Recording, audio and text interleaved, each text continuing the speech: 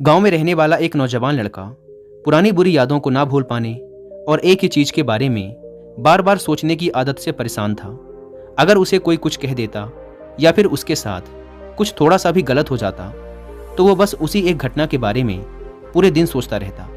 वही बात उसके दिमाग में हर समय घूमती रहती। फिर वो या तो अपने साथ हुई किसी बुरी घटना के लिए अपनी किस्मत और भगवान को कोसता रहता या फिर अपने मन में उस इंसान से बदला लेने के ख्याली पुलाव बनाता रहता जिसने उसे कुछ कह दिया था या उसके साथ कुछ गलत किया था। अपने इस ज़्यादा सोचने की आदत की वजह से ना तो लोगों के साथ उसके अच्छे रिश्ते थे और ना ही वह किसी काम को अच्छे से कर पाता था। वह हर समय तनाव व मानसिक अशांति की स्थिति में रहता। उसकी ऐसी हालत को देखकर उसके एक मित्र ने उसे सलाह दी कि यहाँ पास के ही एक बौद्ध मठ में एक जैन मास्टर रहते हैं, तुम उनके पास जाओ, वो तुम्हारी इस मानसिक समस्या का कोई ना कोई समाधान अवश्य बता देंगे। वह नौजवान लड़का जैन मास्टर के पास जाता है और अपनी समस्या उन्हें बताता है कि कैसे वो एक ही घटना के बारे में बार बार सोचता रहता है और पुरानी बुरी बातों व यादों को भूल नहीं पाता।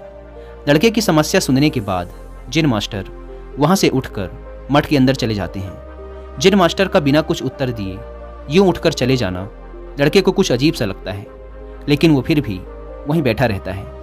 थोड़ी देर बाद वह देखता है कि जैन मास्टर मिट्टी की गिलास में पानी भरकर उसकी तरफ चले आ रहे हैं। जैन मास्टर लड़के के पास आकर खड़े हो जाते हैं तो लड़का भी उनके सामने खड़ा हो जाता है। जैन मास्टर लड़के से पूछते हैं, बताओ इस गिलास का वजन कितना होगा?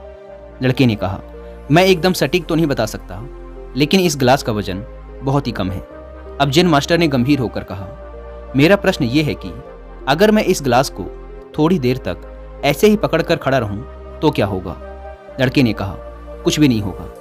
जैन मास्टर ने फिर पूछा, अगर मैं इस गिलास को इसी तरह 1 घंटे तक पकड़ कर रखूं तो क्या होगा?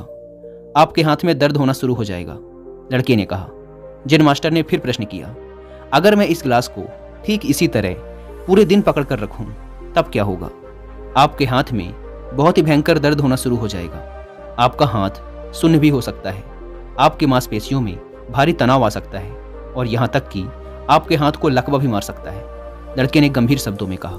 जैन मास्टर ने कहा, बहुत बढ़िया, लेकिन क्या इस दौरान गिलास का वजन बदला? लड़के ने कहा, नहीं, वजन तो नहीं बढ़ा।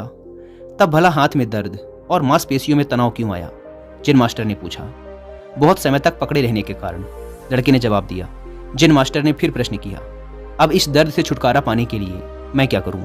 गिलास को नीचे रख दीजिए। लड़के ने कहा। जैन मास्टर ने कहा, बिल्कुल सही, और जीवन की परेशानियां भी कुछ इसी तरह होती हैं। इन्हें कुछ देर तक अपने दिमाग में रखिए और लगेगा कि सब कुछ ठीक है।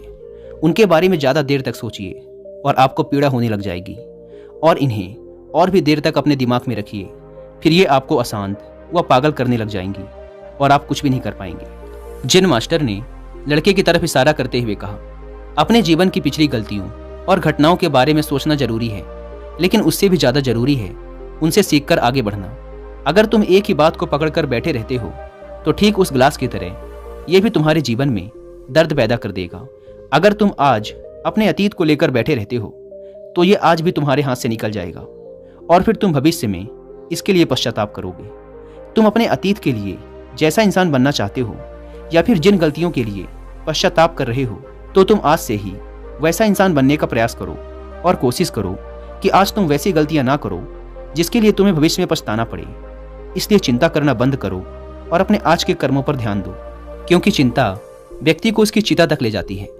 दोस्तों, चिंता करने की आदत को छोड़कर एक खुशहाल जीवन कैसे जिया जाए, इस पर विश्व प्रसिद्ध लेखक डेल कार्नेगी ने एक बहुत ही अच्छी किताब लिखी है जिसका नाम है how to stop worrying and start living, यानी चिंता छोड़ो, सुख से जियो। अब तक 10 मिलियन से ज़्यादा लोग इस किताब को पढ़ चुके हैं, और अगर आपके पास इसे पढ़ने का टाइम नहीं है तो आप हिंदी में इस पूरी किताब को सुन भी सकते हैं कुकू एफएम ऐप पर। इस किताब में चिंता करने की आदत से छुटकारा पाने के कई सारे तरीके बताए गए हैं। मैंने भी इस किताब को 2 बार सुना है, और अगर आप चाहें तो आप भी कुकू एफएम को डाउनलोड करके ये किताब और ऐसी ही हजारों किताबों को ऑडियो फॉर्म में सुन सकते हैं, वो भी अपनी मनपसंद लैंग्वेज में। कुकू एफएम, जो कि इंडिया का सबसे बड़ा ऑडियो बुक प्लेटफॉर्म है, उसके पूरे साल भर का सब्सक्रिप्शन पड़ता है सिर्फ 399 रुपीज़ का, लेकिन इसमें भी आप 200 रुपये बचा सकते हैं अगर आप यूज़ करते हैं कूपन कोड WI200, और आपको इसका ईयरली सब्सक्रिप्शन पड़ेगा 399 की बजाय सिर्फ ₹199 में। लेकिन जल्दी कीजिएगा क्योंकि यह ऑफर सिर्फ पहले 250 यूजर्स को ही मिल पाता है। ऐप को डाउनलोड करने की लिंक भी आपको डिस्क्रिप्शन एंड फर्स्ट कमेंट पर मिल जाएगी।